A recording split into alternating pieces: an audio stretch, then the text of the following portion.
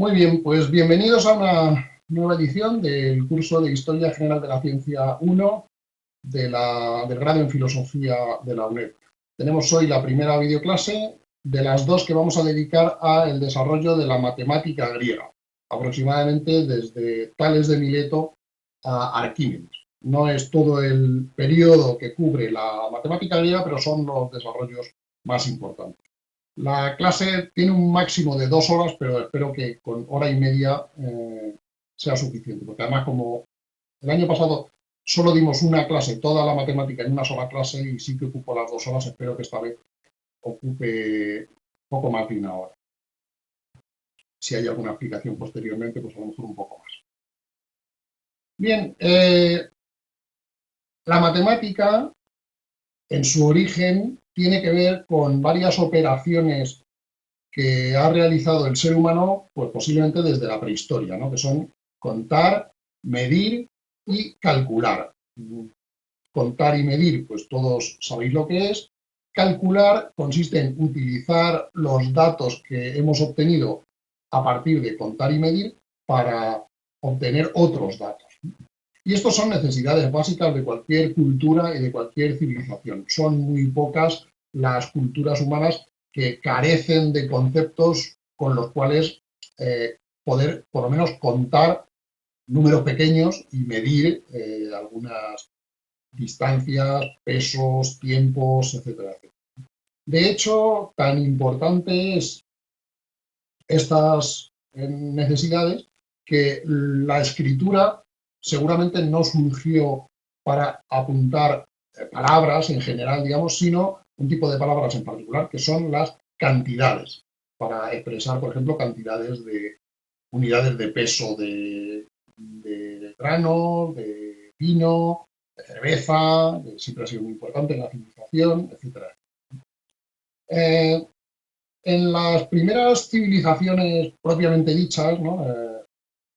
Mesopotamia sobre todo, y luego también en Egipto, China y la India, se desarrollaron no solo conceptos con los cuales con los cuales contar y medir, sino también técnicas para resolver problemas de cálculo. Y algunas de estas técnicas han sido transmitidas, las hemos podido conocer gracias a los papiros en el caso de Egipto, gracias a tablillas cuneiformes en el caso de Mesopotamia, y se trata no de lo que nosotros entendemos actualmente por matemáticas, que contiene necesariamente una demostración de que el resultado tiene que ser así, sino que son más bien recetas, podríamos decir, para resolver problemas concretos, no problemas de tipo general. No tenían algo así como el teorema de Pitágoras o las tablas de multiplicación, de las que hablaremos posteriormente. Pregunta a alguien que si no se tiene ni idea de matemáticas ni de física se podrá comprender. Pues yo creo que no, si no se tiene ni idea de matemáticas y de física no se podrá comprender, pero estoy seguro de que no hay nadie matriculado en la asignatura que no tenga absolutamente ni idea de matemáticas ni de física. Por lo menos seguro que han oído alguna vez hablar del teorema de Pitágoras. En esta segunda transparencia tenéis unos cuantos enlaces que si os descargáis el PDF pues podréis ver sobre la matemática babilonia, egipcia, india y china y árabe también. Pero bueno, lo planteo como curiosidad porque no es algo que entre en el examen. Si no se os abren los enlaces estos en el PDF, pues os los pondré en un mensaje posteriormente. No os preocupéis. A lo mejor en el PowerPoint que yo hice originalmente están y al pasar a PDF no.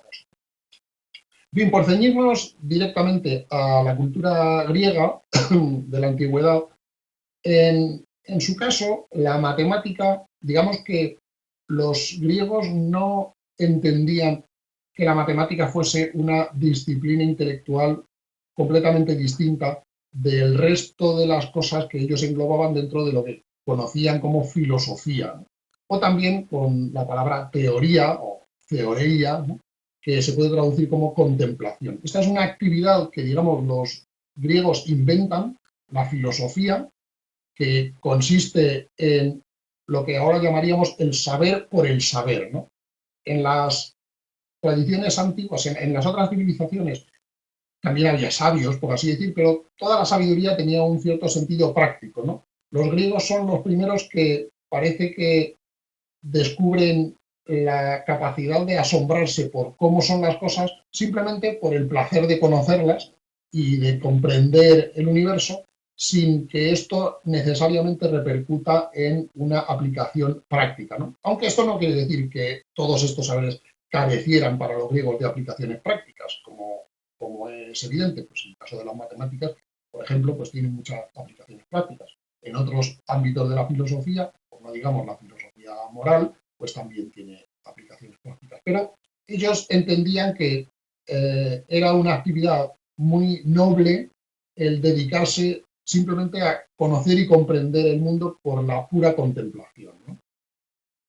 Este tipo de conocimiento que los griegos inventan, porque no existía en otras civilizaciones, lo que podemos llamar el saber teórico, o ellos llamarían simplemente filosofía, o episteme, tiene varias características, ¿no? En primer lugar, es un conocimiento universal, abstracto, en el sentido de que no es un conocimiento de casos concretos, no se trata de saber cómo es este animal o esta ciudad, sino qué hay en la naturaleza de las cosas que hace que todos los animales sean de tales o cuales características o que en todas las ciudades existan tales y cuales instituciones, por ejemplo.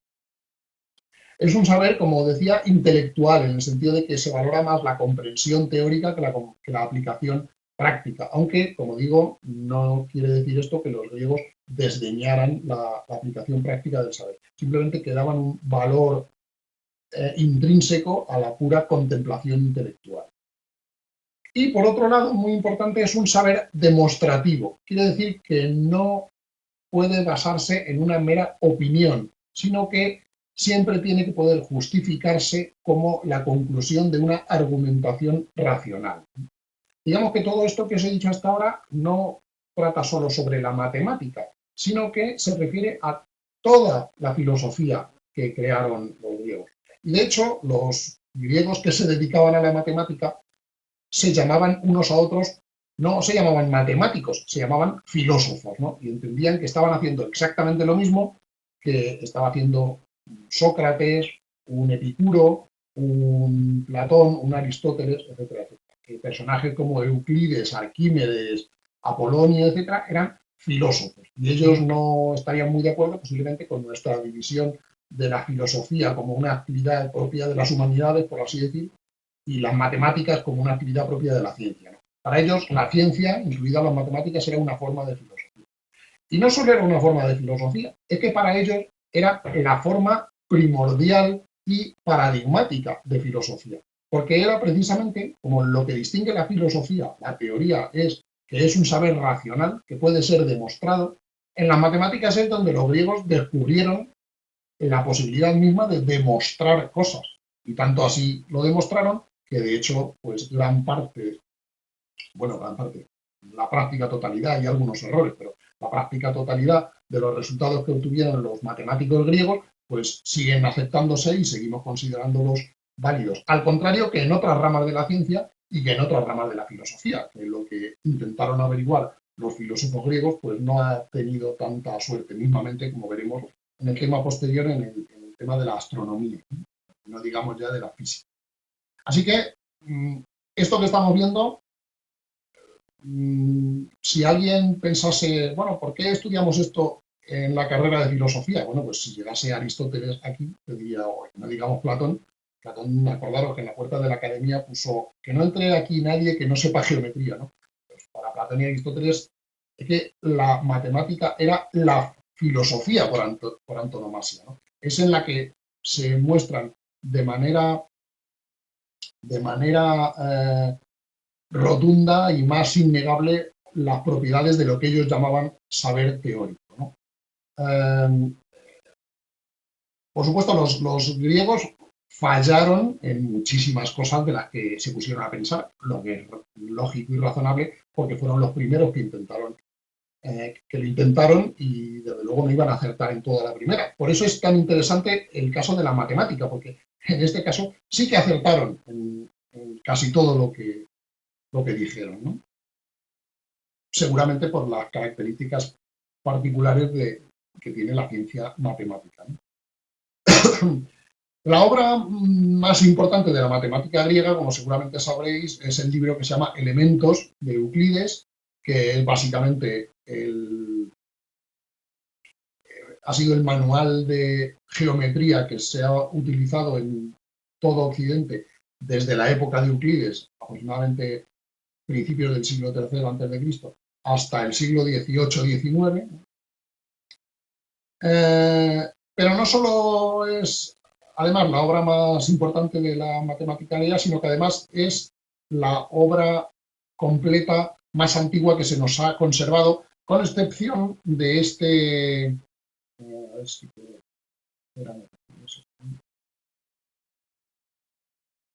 de este pequeño tratadito, lo voy a poner en rojo, bueno, rosa. Este pequeño tratadito llamado La esfera en movimiento, que es unas décadas anterior a Euclides, que se llama, de un autor que se llama Autólico de Pitano. Y también previamente a Euclides existieron otras obras que también se titularon Elementos, de los que se conserva no el texto, sino sí algunas referencias, y los más antiguos parece que los escribió un matemático del que luego hablaremos un poco, llamado Hipócrates de Quíos, a mediados del siglo V, es decir, un poco anterior a Sócrates. Y es probable que los dos primeros libros o capítulos, digamos, de los Elementos de Euclides sean una reconstrucción, una reelaboración de los elementos de Hipócrates. No confundir con Hipócrates de Cos, que fue el famoso padre de la medicina. Bueno, me comentan que solo por mediación de Proclo sabemos bastante sobre otros autores, aparte de Euclides. La inmensa mayoría de la literatura, la ciencia y la filosofía de la época antigua, de Grecia y Roma, no se ha conservado absolutamente nada. Solo conservamos unas poquísimas obras enteras, y luego en esas obras enteras, en algunas de ellas, se menciona a otros autores que sabemos que existen gracias a ellos y que, por suerte, en algunos casos se comenta lo suficiente sobre esas otras obras para que sepamos lo que decían, ¿no? O algunas cosas de las que decían, ¿no? Pero esto no solo es así en la matemática, es en todo la cultura griega, ¿no? De hecho, la primera obra de historia de las matemáticas fue compuesta a mediados de la segunda mitad del siglo IV por un discípulo de Aristóteles, Eudemo de Rodas, como parte del proyecto que tenían los peripatéticos, los discípulos de Aristóteles, de hacer una historia de todas las investigaciones anteriores a ella. El propio Aristóteles había hecho algo parecido en la física. Uno de los capítulos de uno de los libros de su obra llamada Física es precisamente una historia de lo que otros filósofos anteriores habían pensado sobre ese tema. Y Teofrasto, por ejemplo, tenía una historia de la que llamaríamos de la biología, y Eudemo ya compuso hacia el año 340-330 una historia de las matemáticas. Es decir, para entonces ya era algo tan antiguo que podía tener una historia, aunque bueno, fueran aproximadamente 200 o 300 años. En las siguientes páginas tenéis simplemente un esquema de los principales matemáticos griegos desde el siglo VI, con Tales y Pitágoras, hasta el siglo V, IV, que es hasta lo que nosotros llegaremos.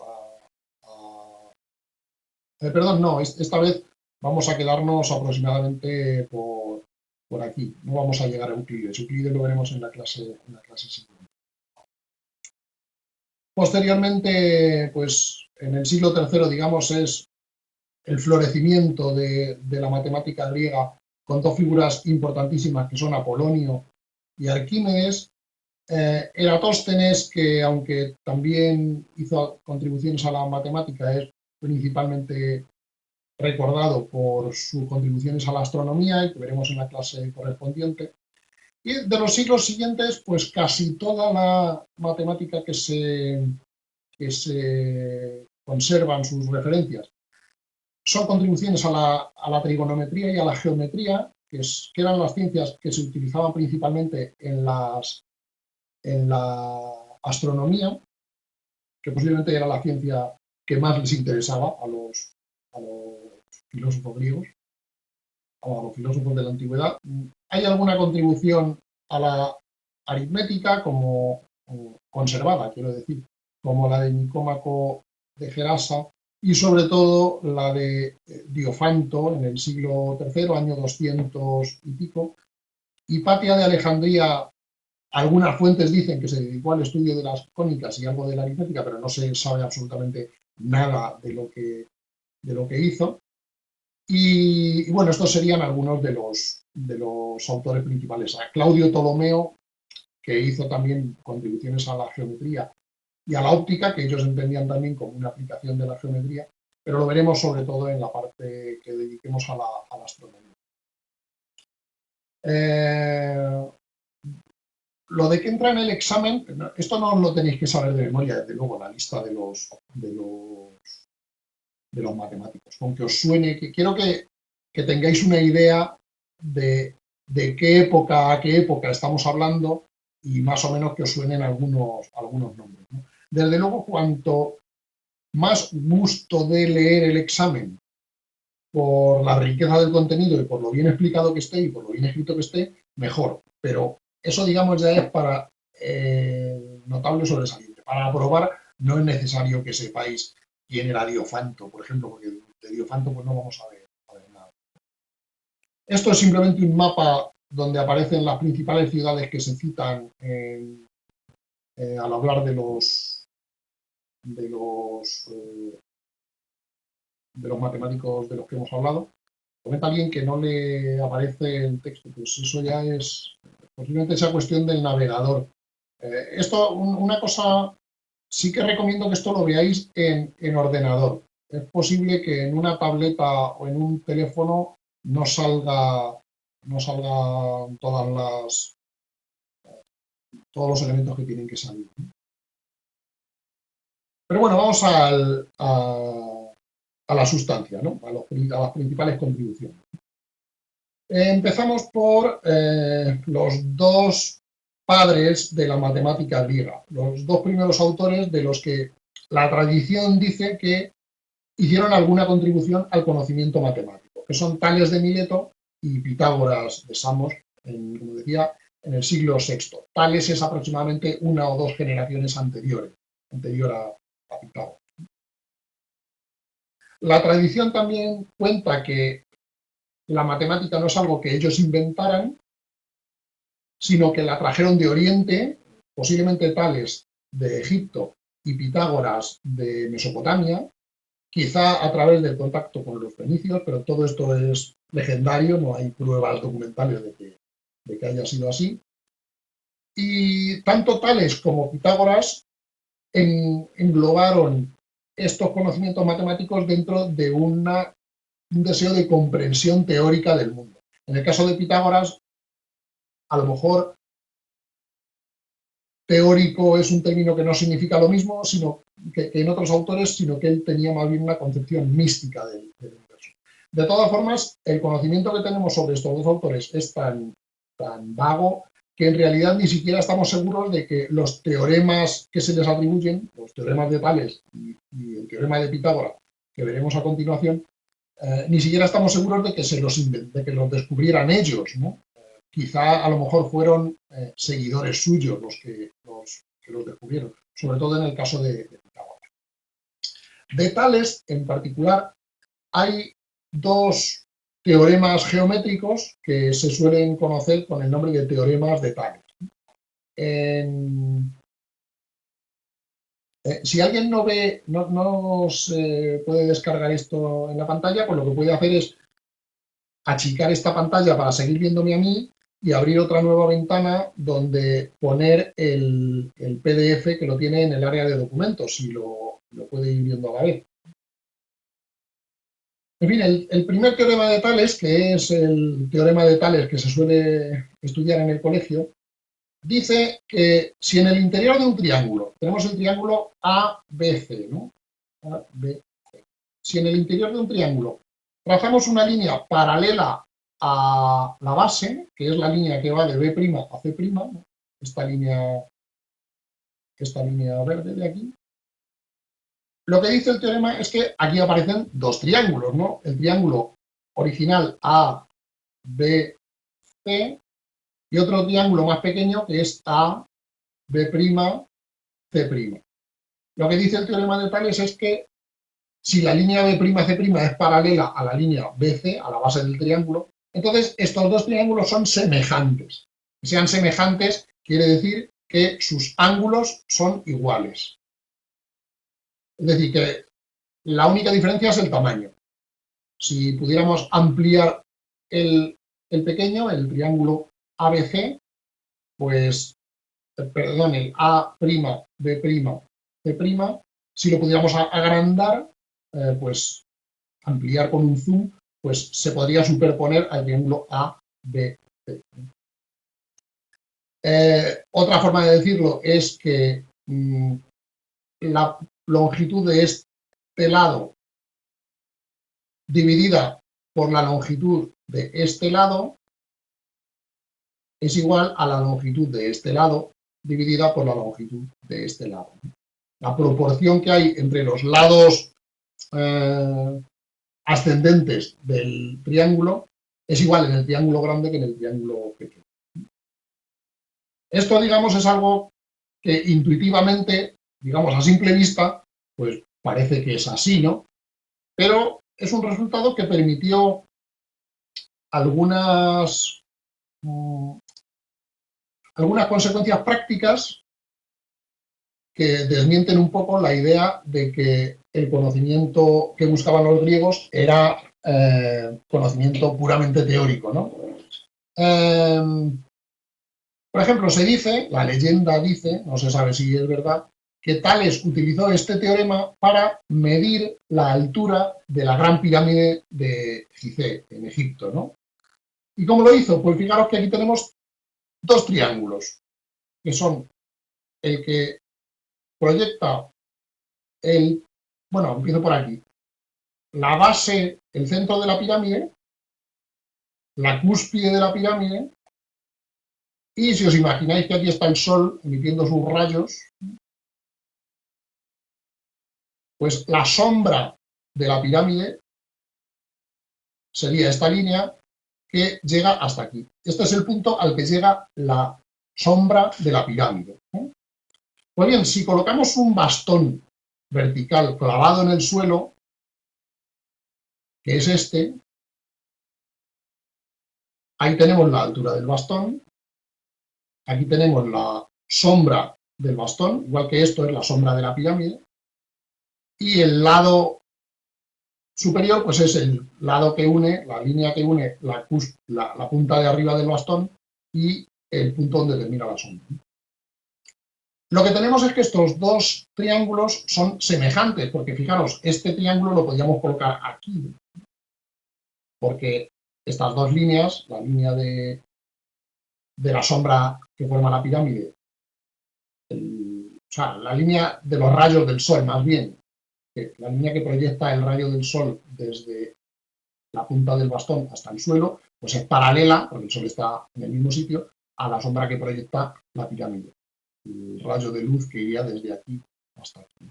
Es decir, si colocáramos el bastón aquí, en vez de, o sea, 1 metro más hacia la sombra de la pirámide, pues se superpondrían perfectamente, ¿no? Entonces, el teorema de Tales lo podemos utilizar con esta formulación, ¿no? Que dice que la altura de la pirámide, o sea, este lado es a la sombra de la pirámide, este lado, como la altura del bastón es a la sombra del bastón. Es decir, la proporción que existe entre la altura de la pirámide y la sombra de la pirámide es la misma que la proporción que existe entre la altura del bastón y la sombra del bastón. Y a partir de aquí,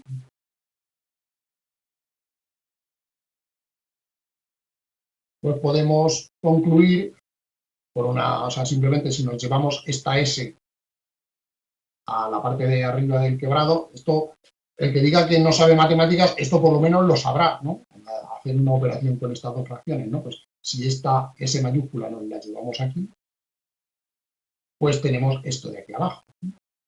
La altura de la pirámide es igual a la altura del palo multiplicada por la sombra de la pirámide y dividida por la sombra del palo, por la sombra del bastón. Y con esto podemos calcular la altura de la pirámide. Bueno, cuando decía en la diapositiva anterior que este lado, la proporción entre este lado y este es igual a la proporción entre este lado y este, también, eso es una de las propiedades de estos triángulos, también la proporción entre este lado y la base del triángulo es igual a la proporción entre este lado y la base de este triángulo, ¿no? Que es lo que hemos utilizado aquí. O sea, como si este dibujo lo girásemos 90 grados hasta el suelo y nos diera algo parecido a esto.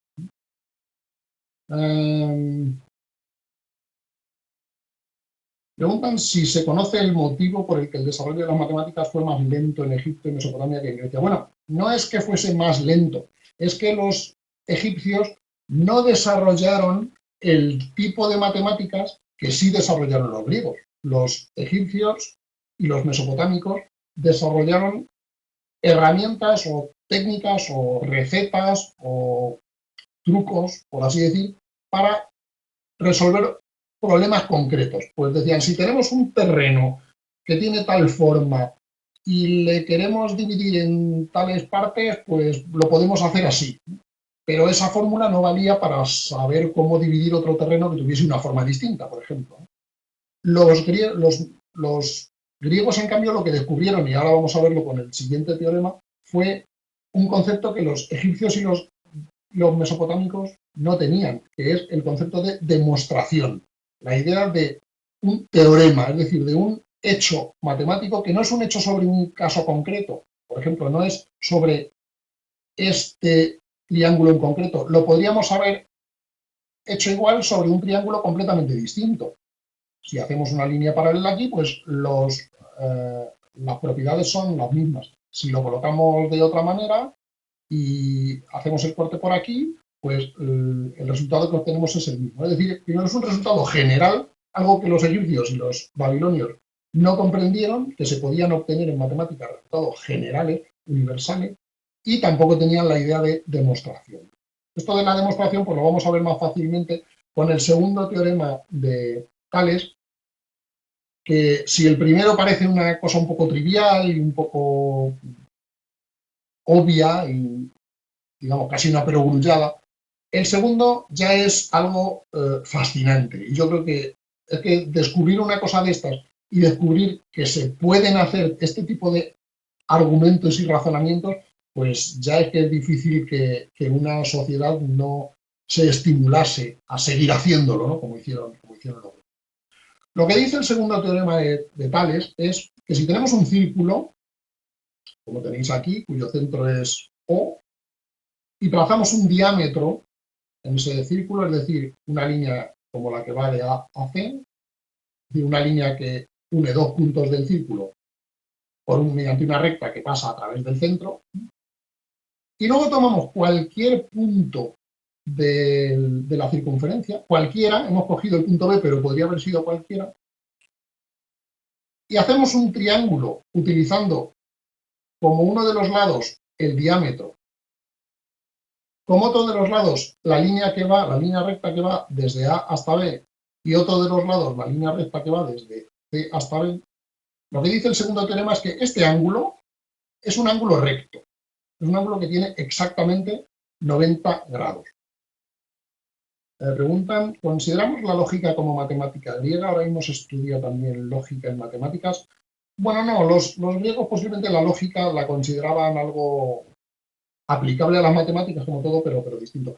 Por cierto, Si tenéis alguna pregunta que no se refiere exactamente a alguna de las cosas que estoy explicando, os ruego que la apuntéis y la preguntéis al final, no sea que se nos acabe el tiempo de la grabación y no hayamos podido cubrir todo.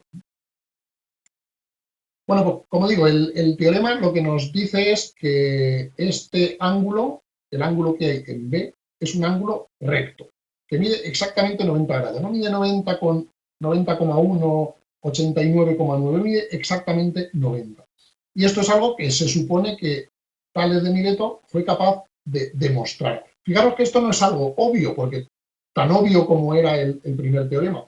Porque, hombre, aquí, a simple vista, si uno se fija, bueno, aquí tiene un poquito de truco porque está hecho aquí con un cuadrado, está dibujado aquí un cuadrado, ¿no? Pero, que es la forma habitual de representar un ángulo recto.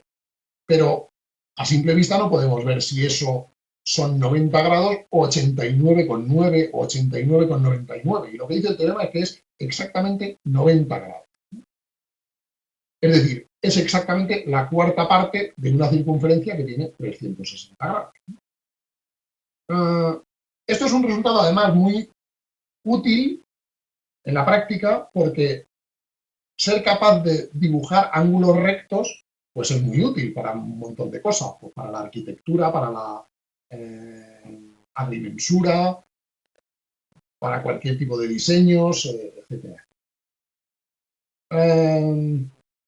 Fijaros, lo que dice el teorema es que si hubiéramos cogido, por ejemplo, este punto de aquí y trazamos también la recta que va, bueno, me salió una recta un poco rara, las rectas que van desde este punto, vamos a llamarle D a A y a C, pues este ángulo también es un ángulo recto. Da igual cuál sea el punto que elijamos en la circunferencia de abajo. Siempre nos sale un ángulo recto.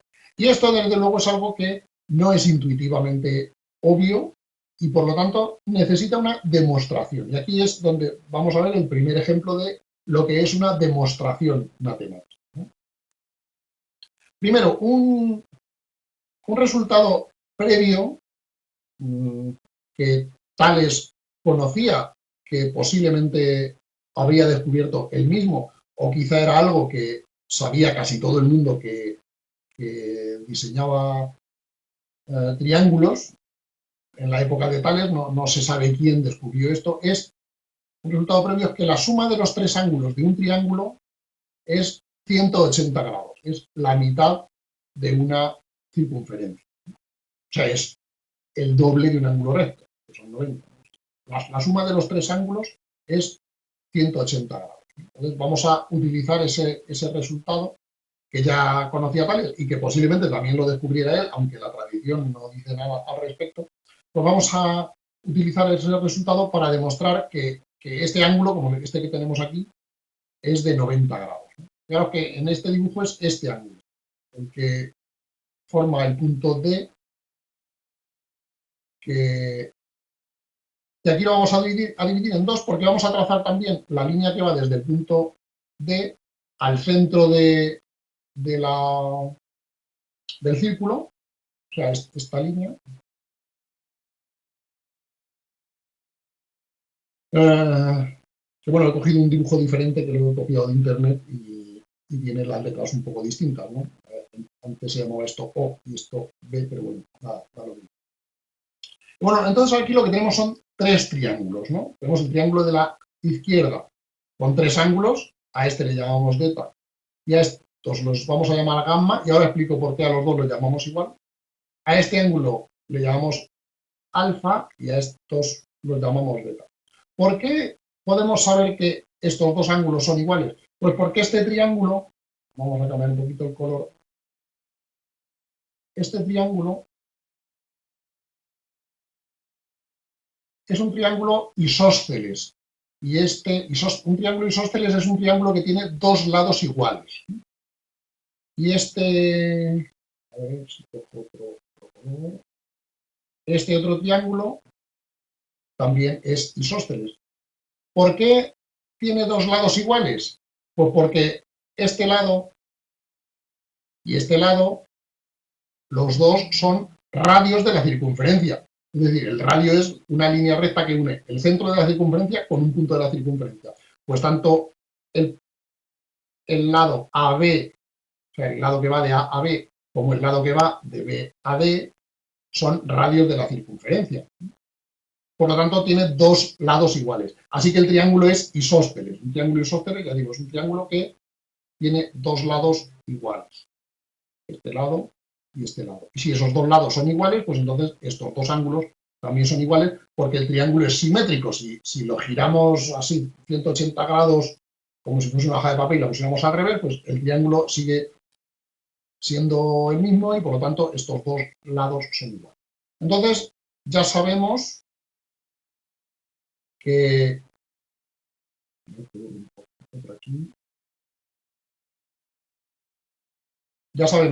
este ángulo y este ángulo son iguales entre sí porque son como esto y esto, ¿no? Son los dos ángulos de un triángulo isósceles y este ángulo también es igual que este y por eso lo hemos llamado igual, gamma. Lo que no sabemos es cuánto mide gamma, ni cuánto mide beta, ni cuánto mide alfa, ni cuánto mide delta, ¿no? Pero lo que sí sabemos es que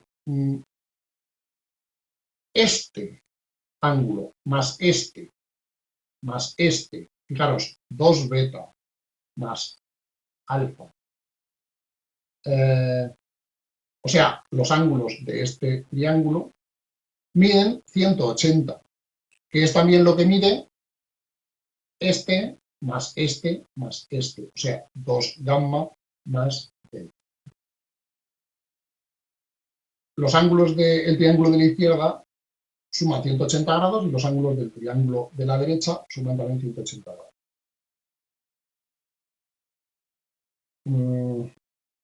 En el examen hay que contarlo de la forma que sea más clara posible. ¿Cómo se lo explicarías a alguien que es la primera vez que está viendo una cosa de estas? Entonces, no hace falta, quiero decir, no hace falta una gran complicación, lo que hace falta es que haya mucha claridad. Y, por supuesto, que sea correcto. Las fórmulas se utilizan porque es más claro verlo con fórmulas que decirlo sin fórmulas. Es decir, las fórmulas, los matemáticos utilizan fórmulas porque son más tontos de lo que ellos querrían ser. Ellos querrían poder no utilizar fórmulas y decirlo todo con palabras, pero si todo esto lo decimos con palabras es muchísimo más complicado que si lo decimos con fórmulas y por lo tanto las fórmulas nos simplifican entender el resultado. Bueno, entonces pasamos de esto, sabemos que 2 beta más alfa son 180 y 2 gamma más delta también son 180, pues si sumamos las dos cosas, 2 beta más alfa más 2 gamma más delta, pues nos da 180 más 180, que son 360. Ahora bien, alfa más delta, estos dos ángulos juntos, pues son, obviamente, como forman, como entre los dos cogen una línea recta, pues forman 180 grados, ¿no? Si tú tienes una línea recta y trazas una línea aquí, pues esto más esto son siempre 180 grados, porque en una línea recta eso es un ángulo de 180 grados. Es lo que define que sea una línea recta, ¿no? Así que alfa más delta son 180. Entonces, si de aquí quitamos alfa y delta, pues nos queda que 2 beta más 2 alfa, perdón, más 2 gamma, quitamos alfa y beta, nos queda pues 360 menos 180. Por lo tanto, 2 beta más 2 gamma es igual a 180. Y si esto lo dividimos, bueno, por cierto, esto a su vez, que 2 beta más gamma es 180, lo podríamos haber visto de una manera algo más fácil. Fijaos.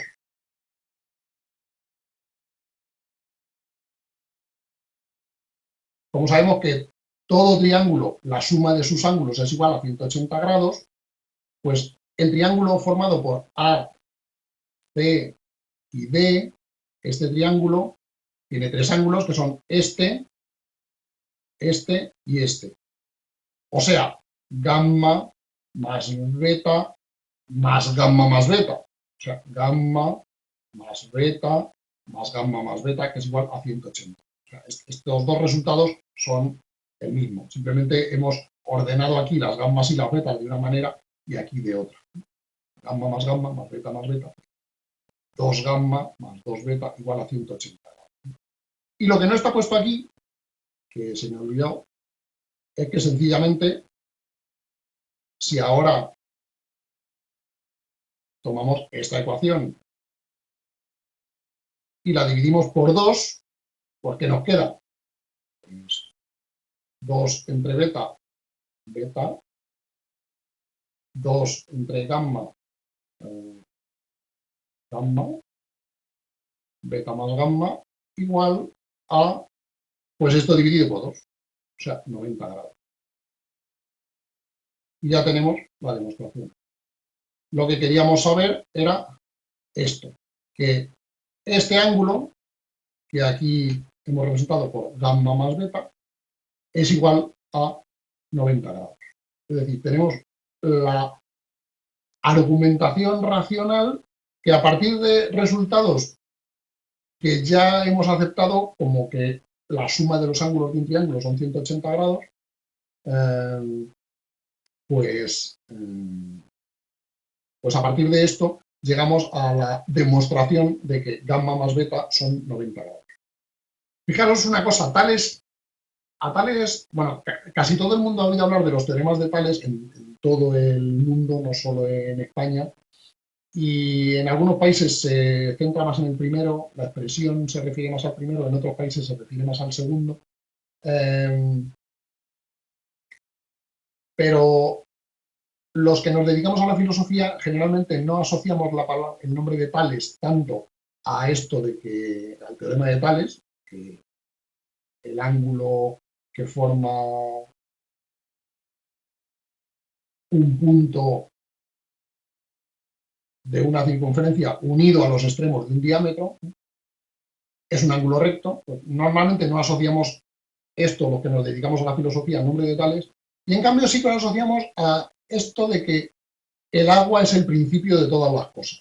Bueno, pues lo de que el agua es el principio de todas las cosas, en el caso de Tales de Mileto, pues fue una conjetura que se le ocurrió, que puede tener más o menos verosimilitud, que no sabemos muy bien en qué contexto lo hizo, que hay autores que lo interpretan de una manera cuando lo relatan, otros que lo interpretan de otro. Pero esto, que ese ángulo mide 90 grados, no es una opinión que se le ocurriese a Tales.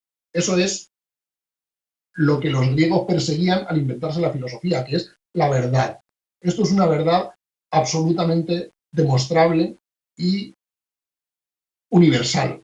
Da igual que se lo expliques a un indio de Norteamérica o a un aborigen australiano, si es capaz de entender lo que son los círculos, las líneas rectas, etcétera, etcétera, pues le podrás demostrar con un poco de esfuerzo que ese ángulo mide exactamente 90 grados, la cuarta parte de una circunferencia.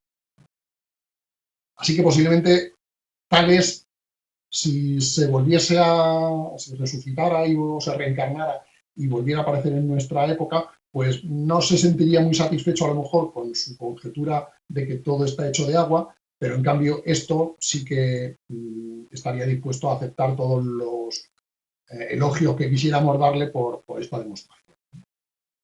Fijaros que la idea de los filósofos griegos cuando descubrieron este tipo de cosas es que ellos querían conseguir esto mismo con todo lo demás, con la física, con la biología, con la ética, con la metafísica, con la retórica, con todo. Es decir, ellos lo que querían era conseguir conocimiento demostrativo, demostraciones absolutamente válidas y absolutamente racionales.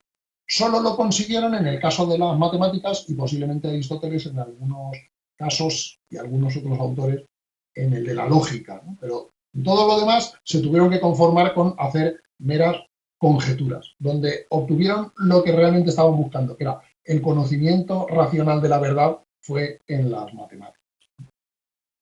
Bueno, algunas características, esta digamos es la diapositiva más importante de la presentación, ¿no?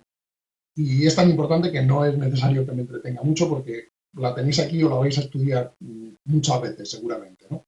Es algunas características importantes de la matemática griega que ya encontramos reflejadas en la demostración anterior y que suponen, en algunos casos, una invención técnica, de técnica intelectual fascinante, ¿no? Por ejemplo, la utilización de un diagrama con letras. El hecho de hacer un dibujo y a varias partes del dibujo llamarlas con una letra, pues la A, la B, la gamma, alfa, etcétera, etcétera. ¿Qué se consigue con esto? Pues se consigue hacer pública la demostración, que no es necesario que podemos escribirlo en un papel, o en un papiro, o en una tablilla, o en una pizarra, como harían ellos, y saber exactamente a qué nos estamos refiriendo. Otro aspecto importante es la necesidad de basarse en resultados previos. Esto quiere decir que el conocimiento matemático es acumulativo, porque demostramos unos teoremas y esos teoremas luego los podemos utilizar para demostrar otros. Por otro lado, la generalidad del resultado, es decir, que el resultado es válido independientemente de si el punto D lo ponemos aquí como está, o si lo ponemos aquí, o lo ponemos aquí, o lo ponemos aquí. Es decir, el resultado es válido para todos los triángulos que están construidos de esa manera. Y luego, por otro lado, la importancia de la imaginación. La imaginación en el sentido de la creatividad de nuestro pensamiento. Porque, si os fijáis, hemos empezado aquí con este triángulo y luego la demostración la hemos hecho añadiendo algo que no está en el primer dibujo, que es la línea que une este punto con el centro, este lado. Bueno, y además la imaginación en otro sentido, porque fijaros, yo esta línea no la he dibujado recta porque aquí con el ratón no sale muy bien, pero daría igual, podríamos hacer la demostración aunque la línea no sea perfectamente recta. Lo único que nos importa es imaginarnos que sea una recta. Es decir, para ampliar nuestro conocimiento matemático necesitamos añadir elementos a las figuras originales para ver qué consecuencias se siguen del añadido de esos elementos. Este es un resultado que luego le dio mucho que pensar, como seguramente sabréis, estaréis a punto de saber en otras asignaturas, a Kant. Posiblemente en lo que estaba pensando cuando pensó en la idea de los juicios sintéticos a priori. Porque esto es sintético en el sentido de que tenemos que añadir algo que no está en los conceptos originales. Pero bueno, por supuesto, los matemáticos griegos no tenían estos conceptos de juicios sintéticos a priori. En fin, pasamos al caso de Pitágoras, a ver si lo vemos un poco más rápidamente, que es una figura aún más legendaria que la de Tales. No se sabe prácticamente nada con ciencia cierta de su vida y ni siquiera se sabe si él descubrió algún teorema matemático. Sí se sabe que la secta que fundó, la escuela filosófica que fundó, tenía una visión mística de la realidad que pensaba que, en la que era importante la idea de que los elementos últimos de la realidad son números, ¿no? Y igual que otros filósofos habían pensado, sobre todo Heráclito o los propios jonios, la idea de lo finito y lo infinito, pues, la idea de que existen oposiciones y la oposición entre contrarios es algo fundamental para el funcionamiento de la naturaleza, pues la oposición principal que creyeron Pitágoras y sus discípulos que existía en la naturaleza era la oposición entre lo par y lo impar. Lo impar, es decir, lo que se basa en el 1, y lo par, lo que se basa en el 2. Como luego diría Platón, la unidad y la dualidad. Esto, pues bueno, está muy bien para la historia de la filosofía, pero no deja de ser misticismo y no es algo de lo que realmente aportaron Pitágoras y sus discípulos, sobre todo sus discípulos, al conocimiento de la matemática. Así que esta fijación, esta obsesión por los números, pues les dio lugar, les permitió descubrir bastantes teoremas importantes acerca de los números. Pero toda su interpretación mística de los números, pues no es algo que que actualmente se acepte en las matemáticas porque no hay ninguna razón para aceptarlo. Pasa algo parecido con la idea de Tales de que todo es agua. Pues si nos le damos una palmadita a Tales en la espalda, decimos, muy bien, chicos, sigue pensando. Pero el teorema te ha salido cojonudo. Pues, con Pitágoras podemos decir lo mismo. La mística de Pitágoras, pues bueno, está bien para hacer una novela, quizá, pero no es el tipo de cosa que los filósofos griegos estaban buscando, que es conocimiento demostrativo de verdades universales. Lo que sí fue una verdad universal es el famosísimo, que seguro que todo el mundo conoce, el llamado teorema de Pitágoras, que, insisto, no está claro que sea Pitágoras el que lo descubriera, sino que posiblemente fue alguno de sus seguidores, de los miembros de la escuela, que además pues no daban importancia a la personalidad individual de cada uno, y entonces pues hicieron muchos descubrimientos sin que podamos saber quién exactamente es el que hizo. Bueno, el teorema de Pitágoras, pues todos sabéis lo que dice, ¿no? Que en un triángulo rectángulo como este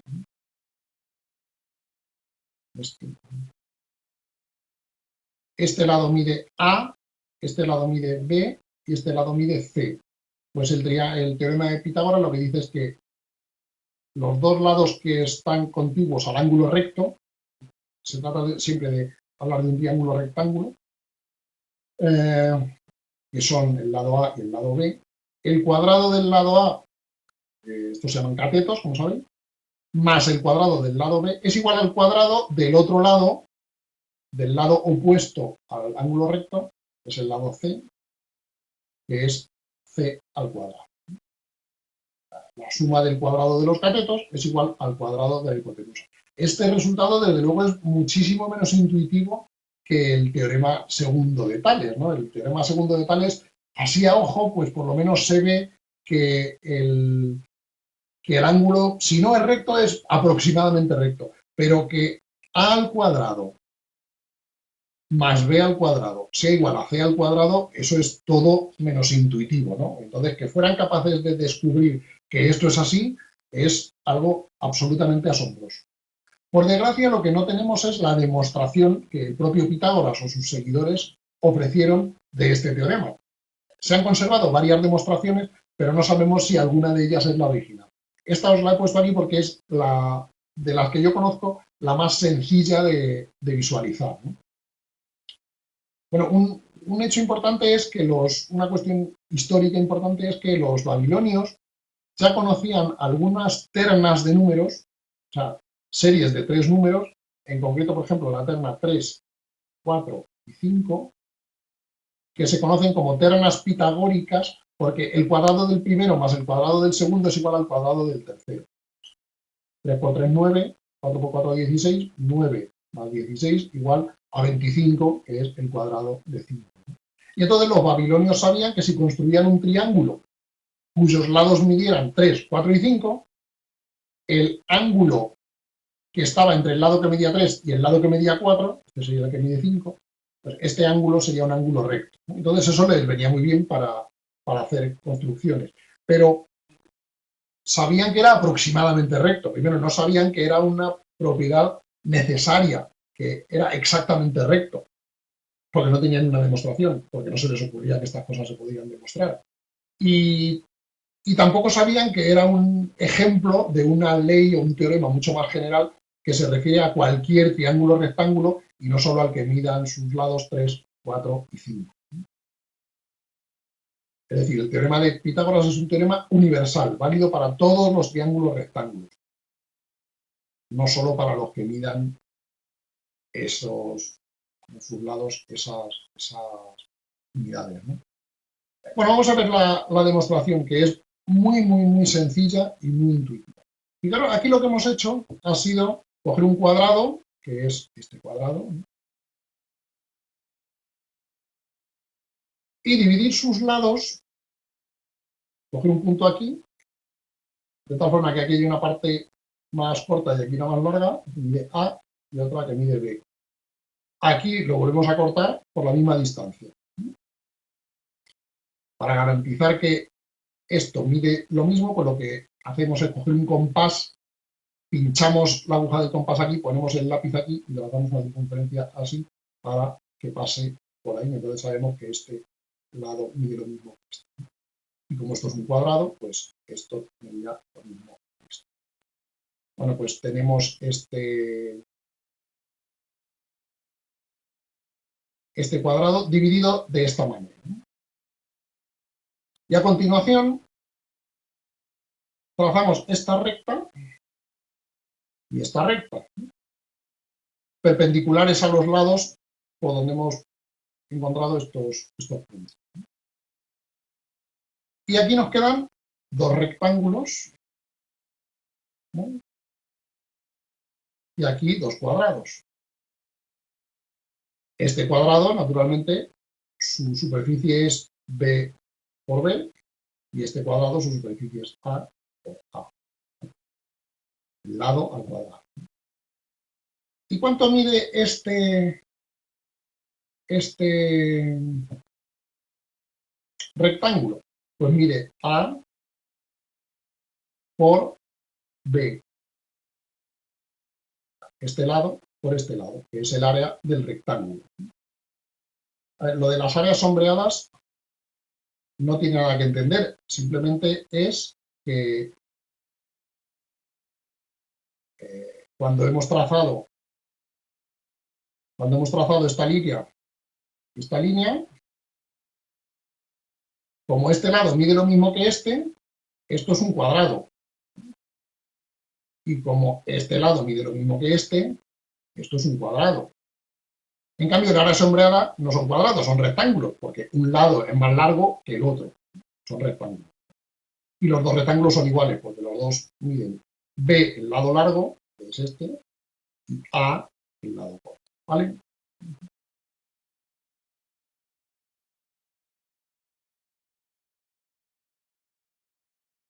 Bueno.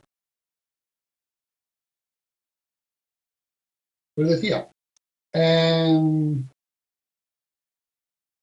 la cuestión es cuánto mide el área gris. ¿Cuál es la superficie del área gris? Pues A por B, que es la superficie de un rectángulo es un lado por el otro lado. Pues el lado corto es A por el lado largo que es B. Y este otro rectángulo, pues mide lo mismo, A por B.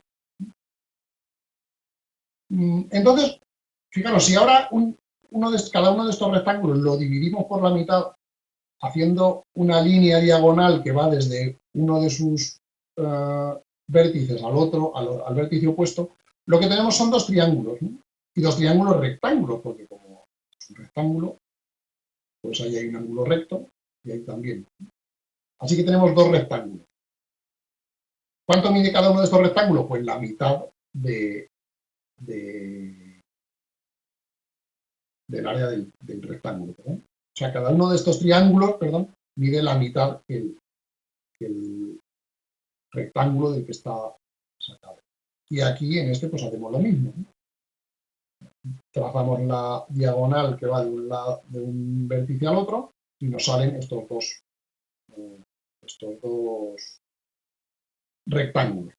triángulos. Son dos triángulos. Así que ahora tenemos cuatro triángulos, cada uno de los cuales su superficie es A por B, base por altura, partido por 2. ¿No? Pues esta es la base, A, esta es la altura, B, partido por 2. En este de está aquí, pues la base es B y la altura es A, o sea que es también B por A, partido por 2. Esta es la superficie de cada uno de los triángulos. Y ahora, acordaros de lo que decíamos antes de que había que usar la imaginación. Aquí ya la hemos empezado a usar trazando estas líneas rectas, ¿no? Esta línea recta, esta otra línea recta, para formar los triángulos, etcétera, etcétera. Pues ahora pasamos a la otra figura y usamos la imaginación cambiando de sitio los triángulos. Lo que hacemos es mover los triángulos. Este triángulo, el primero, lo dejamos donde está, es este. Recordar que esto mide B, esto mide A. Y este otro triángulo, lo que hacemos es que lo llevamos aquí. Esto será A y esto será B. este triángulo lo llevamos aquí. Esto es A y esto es B. Y este último triángulo lo transportamos aquí. Esto es A y esto es B. Así que tenemos los mismos triángulos en la figura de la izquierda que en la figura de la derecha. En las dos figuras lo que tenemos es un cuadrado en el que hemos marcado en gris 4 triángulos. Y los 4 triángulos son no solo iguales unos a otros en cada figura, sino en las dos figuras. Los triángulos que hay en la figura de la izquierda son iguales que los que hay en la figura de la derecha, porque simplemente son los mismos que los hemos colocado de otra manera. Esta no es la demostración que aparece en el libro de Euclides. De esa hablaremos en la clase siguiente y es un poquito más complicada. Pues bien, la cuestión es que al hacer esta figura, al colocar los triángulos de esta manera, lo que hemos obtenido aquí es un cuadrado. En el centro de la figura, en blanco, nos ha quedado un cuadrado. ¿Y cuál es la superficie de ese cuadrado? Pues es el lado de ese cuadrado, que es C, que es la longitud de esta diagonal, C, al cuadrado, C por C. ¿Veis? Así que acabamos de demostrar que el cuadrado que se forma colocando los triángulos así tiene una superficie igual a C cuadrado. Y ahora ya lo único que queda para demostrar el teorema de Pitágoras es sencillamente darse cuenta de que C al cuadrado es lo mismo, es la misma superficie, es una superficie igual que la suma de A al cuadrado más B al cuadrado. C al cuadrado es lo mismo que A al cuadrado más B al cuadrado. ¿Por qué? Pues por una razón muy sencilla. Porque ¿cuánto es C al cuadrado? Es la superficie del cuadrado entero, del cuadrado grande, a la que le hemos quitado la superficie de los 4 triángulos. ¿Vale? Eso es C al cuadrado. Esa es el área blanca de esta figura. Y aquí, pues lo mismo, A cuadrado más B cuadrado es el área de todo el cuadrado a la que le hemos quitado el área de los 4 triángulos. Así que tenemos el área de los 4 triángulos más A al cuadrado más B al cuadrado es igual al área de los 4 triángulos más C al cuadrado. El área de los 4 triángulos, esto y esto, más A al cuadrado más B al cuadrado, que es el área del cuadrado grande. Y eso es igual a el área de los 4 triángulos más el área de este cuadrado que hay aquí dentro, que es C cuadrado. Por lo tanto, esto con esto se nos va y nos queda que A al cuadrado es igual a...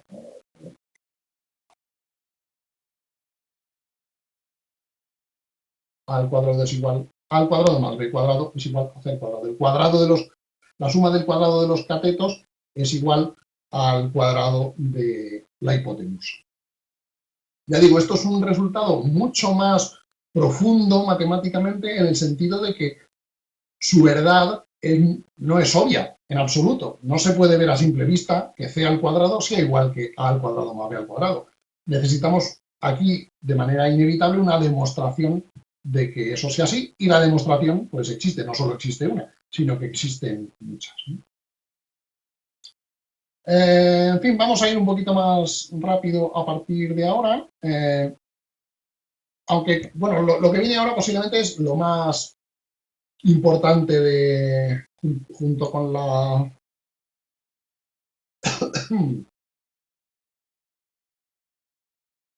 junto con esta diapositiva que os decía que eran las características principales de una demostración matemática, en la matemática griega, ¿no?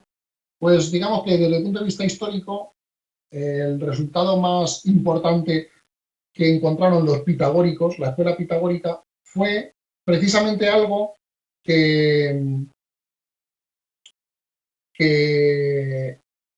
echó por tierra la intuición principal de la propia filosofía pitagórica, que era que todo se reducía a números. Ellos por números entendían lo que hoy llamamos números naturales, el 1, el 2, el 3, el 4, etcétera, etcétera. Y pensaban que todo eran números o proporciones entre números. Pues ellos habían descubierto, por ejemplo, las leyes que relacionan una nota musical con otra, de tal forma que la proporción que existe entre el sonido de una nota musical y otra tiene que ver con la proporción que existe entre la longitud de las cuerdas que tenemos que pulsar en una lira, por ejemplo, para que suenen esas notas, ¿no? Entonces, por ejemplo, ellos descubrieron que si las dos cuerdas están en la relación de 1 a 2, si una es el doble de larga que la otra, pues el intervalo que suena entre las dos es una octava. Es pues como si en el piano se toca un do y otro do. Ton, ton. Bueno, os lo tenéis que creer, si no tenéis un piano delante. Bueno, y si abrís el piano, pues quizá podéis medir la longitud de las cuerdas, aunque no del todo, porque eso depende también del grosor de las cuerdas. Estamos hablando de cuerdas del mismo grosor y en el piano no todas son del mismo grosor. Pero en fin, la proporción que hay entre una quinta, o sea, de do a sol, por ejemplo, pues es que la longitud de la cuerda que toca el do bajo es 3/4, perdón, la longitud del sol, la longitud de la cuerda que toca el sol es 3/4 de la longitud de la cuerda que toca el do. En fin, pensaban que todas las proporciones, que todo se podía explicar en el universo como el resultado de proporciones entre números naturales. Pues, es decir, el movimiento de la Luna quizá pues, pueda explicarse con una determinada fórmula matemática de este tipo, ¿no? La proporción que existe entre el número que corresponde a la Luna, el número que corresponde a la Tierra, el número que corresponde al Sol, y cosas así. En fin, lo que descubrieron algunos discípulos de Pitágoras, y tanto les molestó este descubrimiento que se dice que condenaron a muerte a quien lo revelara, y por lo tanto en las primeras generaciones fue un secreto que no querían contar a nadie, es que esto no puede ser. Es decir, hay cosas que no pueden estar en una proporción de un número natural a otro, como 3/4 o 1/2 o 7/8 o 12/15 o lo que sea, ¿no? Que existen en la realidad números que no son una fracción racional de otra. Fracción racional es una redundancia porque racional quiere decir que se puede expresar como una razón, como una fracción de números enteros.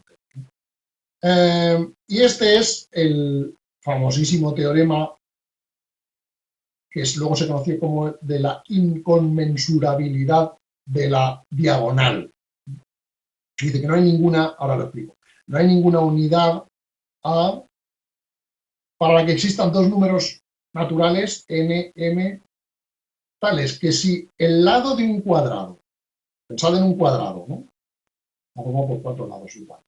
Pues si el lado mide na unidades, digamos que A es un metro, o un pie, o una yarda, o un kilómetro, o un año luz, la unidad de longitud que queráis, ¿no?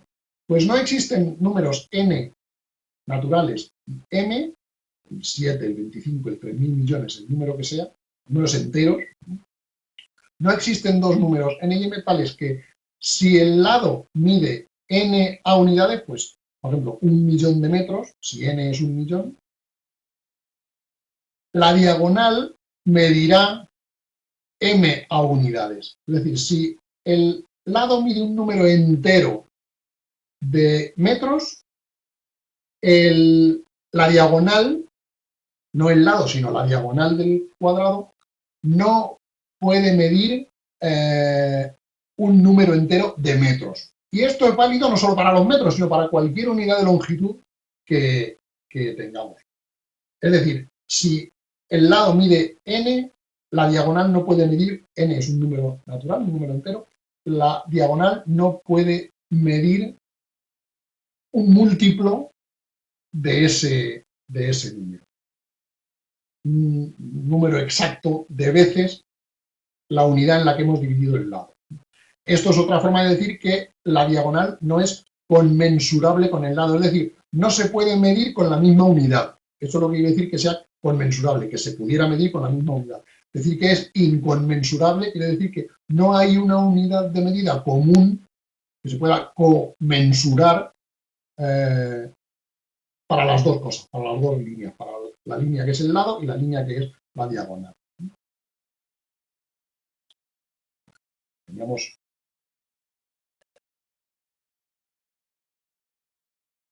aquí, vamos a ver, aquí aprovechando que tenemos aquí un cuadrado, ¿no? Que es este, el cuadrado blanco del centro, pues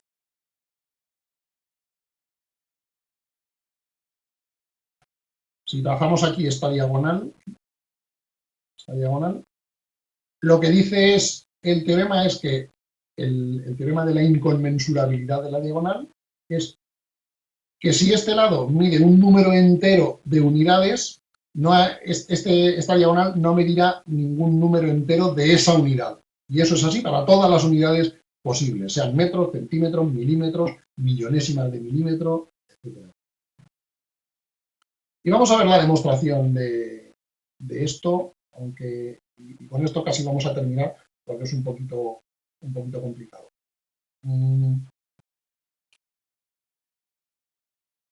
Bueno, inconmensurable, otra forma de decirlo, que era la que preferían los pitagóricos, es decir que era alógica. Fijaros que la palabra logos no significa solo lenguaje, sino también razón. Y razón no solo significa razón en el sentido de razonar, sino la razón que hay entre un número y otro, la proporción, la relación que existe entre un número y otro.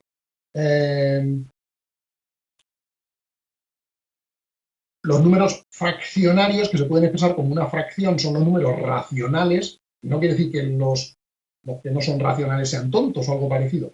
Significa simplemente que no se pueden expresar mediante una razón.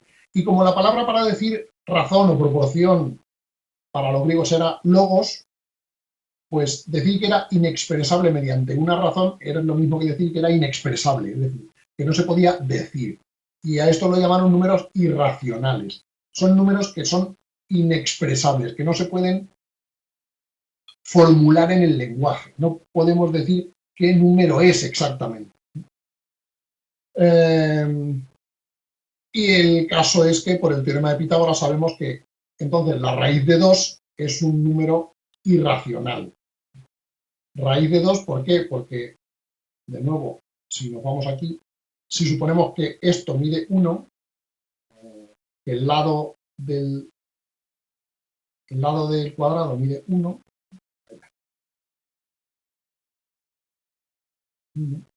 ¿cuánto medirá esto? ¿Cuánto medirá esta diagonal? Pues por el teorema de Pitágoras sabemos que c al cuadrado es igual a al cuadrado más b al cuadrado. Como en este triángulo los dos lados son iguales, porque es un cuadrado, pues es 1 al cuadrado, que es 1, más 1 al cuadrado, que es 2, que es 1, por tanto 1 más 1 es igual a 2, c al cuadrado será igual a 2, por lo tanto c es la raíz cuadrada. Tenemos la raíz cuadrada de c al cuadrado, es c es igual a la raíz cuadrada de c al cuadrado, es decir, c es igual a la raíz cuadrada de 2. Es decir, este lado mide la raíz cuadrada de 2.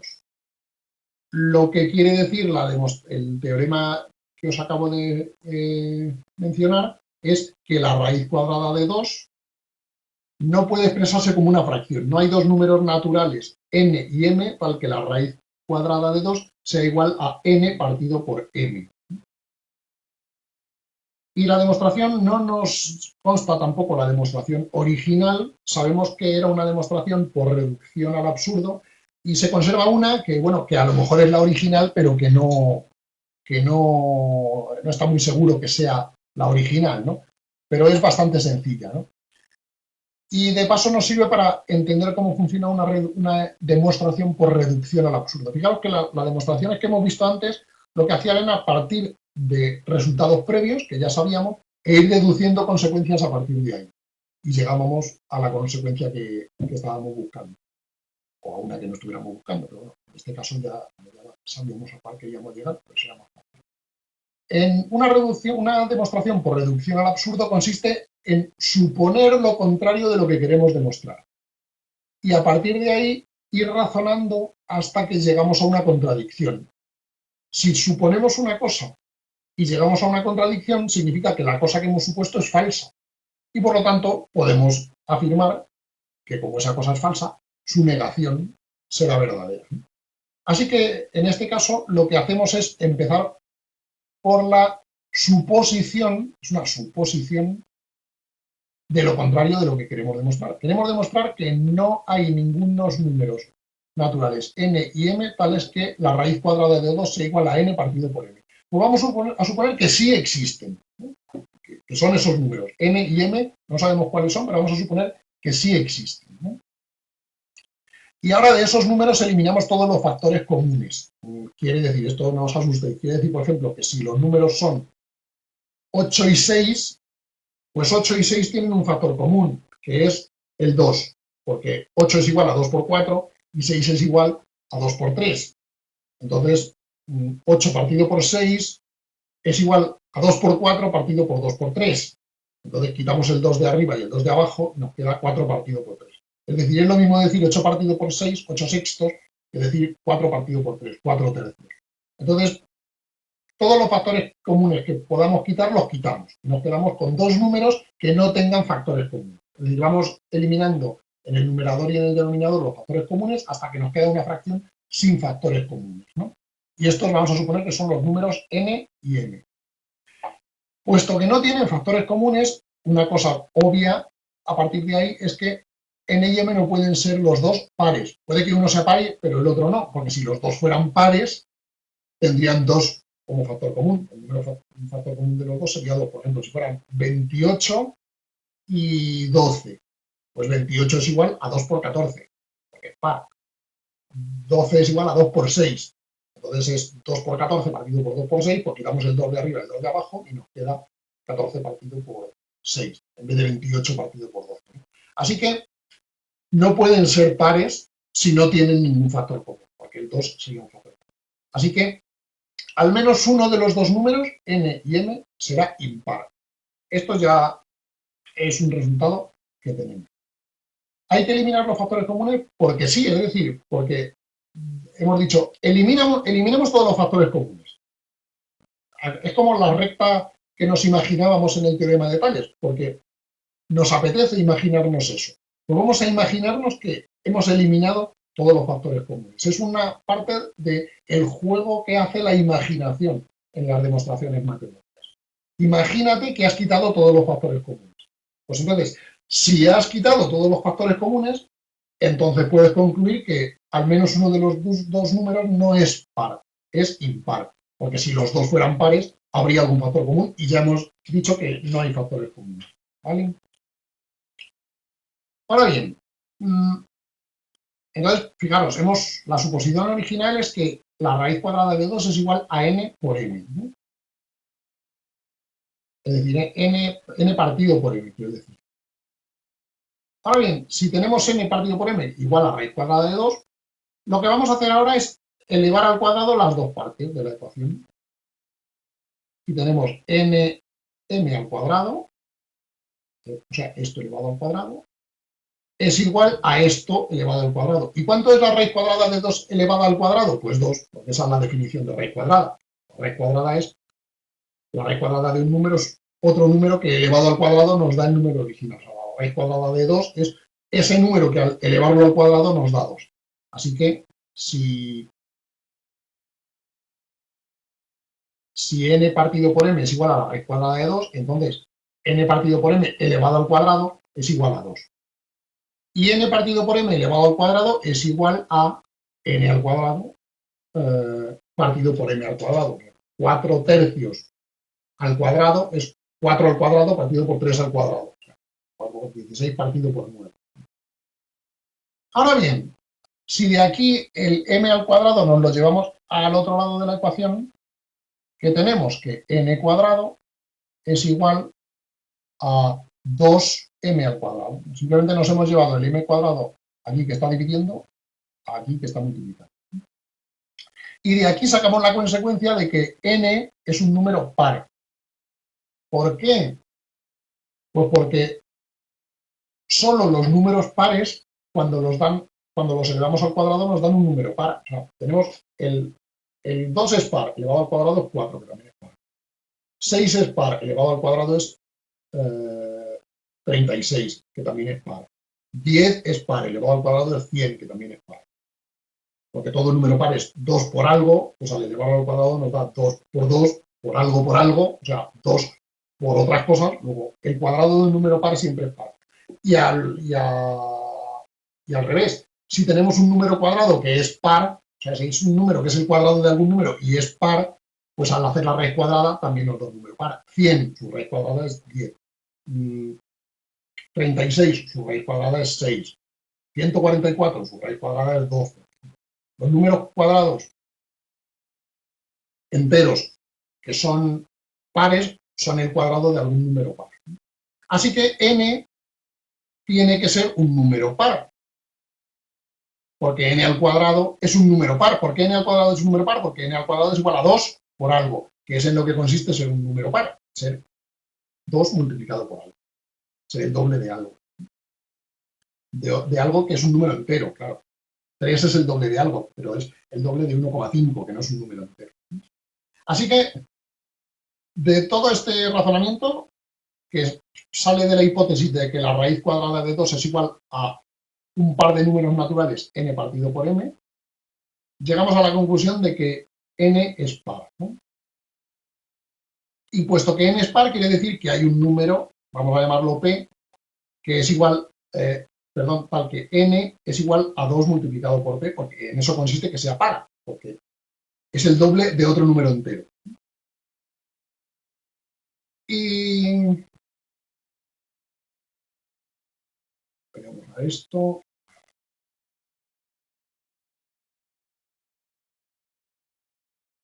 Como tenemos que n al cuadrado es igual a 2m al cuadrado, y tenemos que n es igual a 2p, pues aquí donde pone n vamos a poner 2p, y nos sale esto.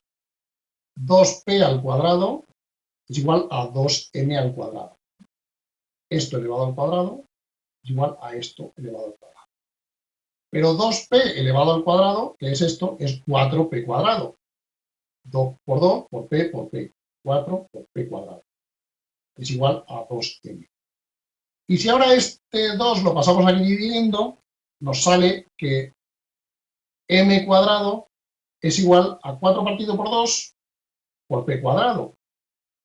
Pero 4 partido por 2 es 2. Es decir, nos sale que m cuadrado es igual a 2 por p al cuadrado.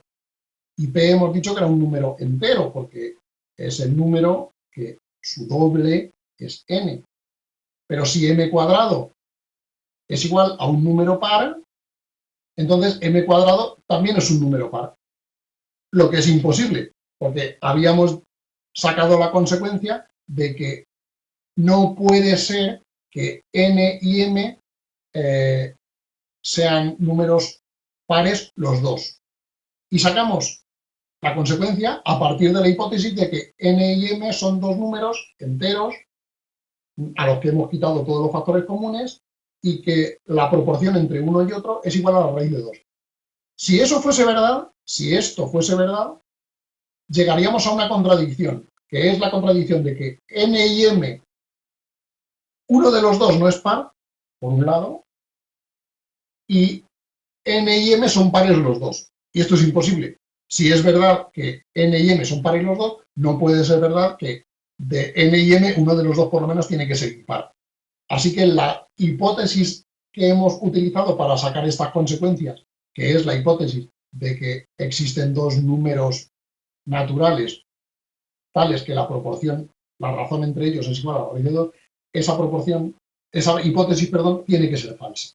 Por lo tanto, la suposición de partida es falsa. Es decir, no existen, el teorema lo que nos dice es que no existen dos números naturales n y m tales que la proporción entre ellos sea igual a la raíz de 2. Es decir, la raíz cuadrada de 2 no puede ser expresada como una proporción entre entre números naturales.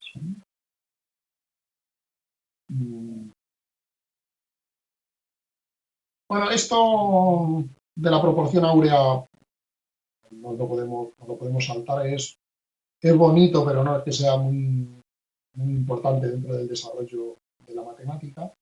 Es simplemente otro ejemplo de otro número irracional que descubrieron, aunque la demostración de que es irracional es mucho más complicada y no lo voy a dar. Pero el concepto de la proporción áurea, que no es como lo llamaban los matemáticos griegos, lo llamaban sección, o sea, división de un segmento en extrema y media razón, que es un nombre mucho más feo, como es obvio. Bueno, aquí hay una forma de dibujar la proporción áurea, ya digo, pues lo podéis ver si tenéis curiosidad, pero no es muy importante. Esto fue muy importante para los pitagóricos en el sentido de que les sirvió para identificarse, para encontrar el símbolo de su escuela, ¿no? Porque encontraron que la proporción áurea se daba en muchas figuras interesantes, entre ellas el pentágono, ¿no? Esto es un pentágono regular, todos los lados y todos los ángulos iguales, y descubrieron que la proporción que existe entre la base y la diagonal, o sea, entre un lado del triángulo y la diagonal es esta proporción áurea. La proporción áurea, brevemente, consiste en tomar una línea, esta, y dividirla por un punto de tal forma que la proporción que exista entre la línea entera y el segmento mayor sea igual a la proporción que existe entre el segmento mayor y el segmento menor.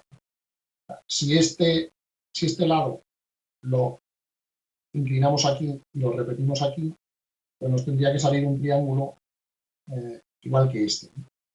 La proporción que existe entre este lado y este es esa proporción áurea. Es decir, esto dividido entre esto es igual a esto dividido entre la suma de los dos lados. Bueno, el caso es que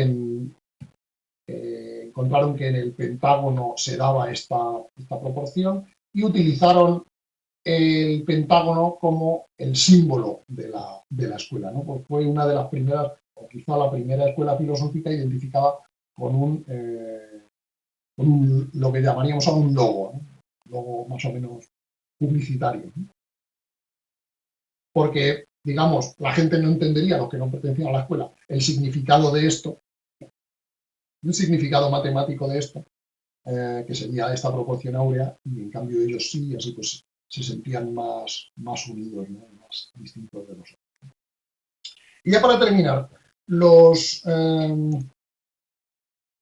a partir de ahora, fijaros, estamos aproximadamente hacia mediados del siglo V, año 450 aproximadamente antes de Cristo.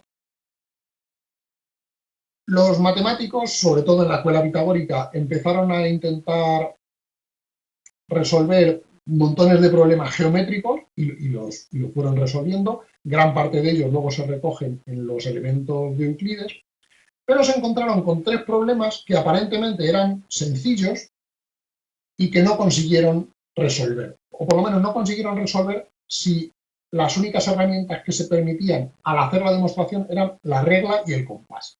La regla, pues, es un trozo de madera o de lo que sea, rectilíneo, que permite trabajar rectas, aunque no permite medir, es decir, una regla, pero sin unidades de medida, ¿no? Y el compás, pues, lo mismo, un par de palitos que nos permite trazar circunferencias.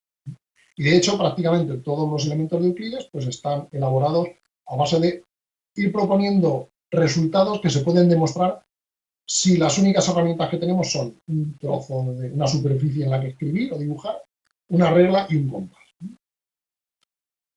Bueno, y algo con lo que hacer una marca de un punto a otro. En fin, estos tres problemas son los tres grandes problemas de la matemática griega, que no pudieron resolver los griegos, digamos, es una especie de tragedia.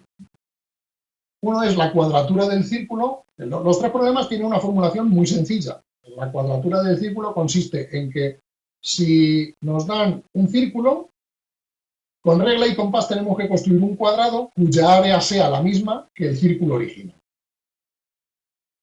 es, ya digo, un problema aparentemente, por lo menos fácil de formular. La trisección del ángulo, pues es más sencillo todavía. Si nos dan un ángulo, hay que dividirlo en 3 partes iguales. Y la duplicación del cubo, es si nos dan un cubo, que es un cuerpo sólido, un dado, o sea, lo análogo a un cuadrado, pero en 3 dimensiones, una figura con 6 lados cuadrados. Si nos dan un cubo, construir un cubo que tenga cuyo volumen sea exactamente el doble que el cubo original, ¿no? Los griegos intentaron de un montón de maneras resolver estos problemas, solo encontraron soluciones que no se limitaban al uso de la regla y el compás, sino que también utilizaban otras herramientas matemáticas, herramientas en sentido de aparatos.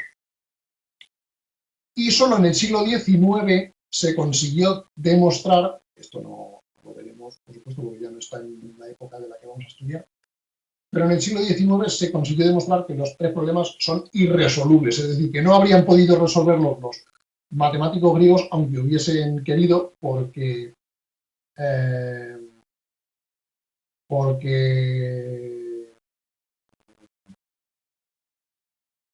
no existe solución. Bueno, luego de Los Ángeles hablaremos después, si queréis. ¿Por qué parecían estos problemas relativamente sencillos y estaban muy animados los matemáticos griegos para intentar resolverlos? Pues no solo porque su formulación era sencilla, sino porque habían resuelto problemas parecidos. Por ejemplo, la cuadratura del círculo, pues, era parecido a algo que sí que habían podido hacer. Por ejemplo, cuadrar un triángulo. Si se nos da un triángulo, si se nos da dibujado un triángulo en el papel, es fácil con regla y compás construir un cuadrado cuya área mida exactamente el doble que la de los triángulos. Y también incluso si se nos da alguna figura curva, pues esto se llaman las lúnulas de Hipócrates. Hipócrates es este matemático del que habíamos dicho que ya escribió un libro llamado Elementos. Y fijaros, esto es un triángulo. Trazamos la línea, no un círculo, un semicírculo, utilizando este punto como centro. Y trazamos este semicírculo. Y utilizando este como centro también este otro semicírculo. Y luego, utilizando este punto como centro, trazamos este semicírculo. Pues las lúnulas son estos,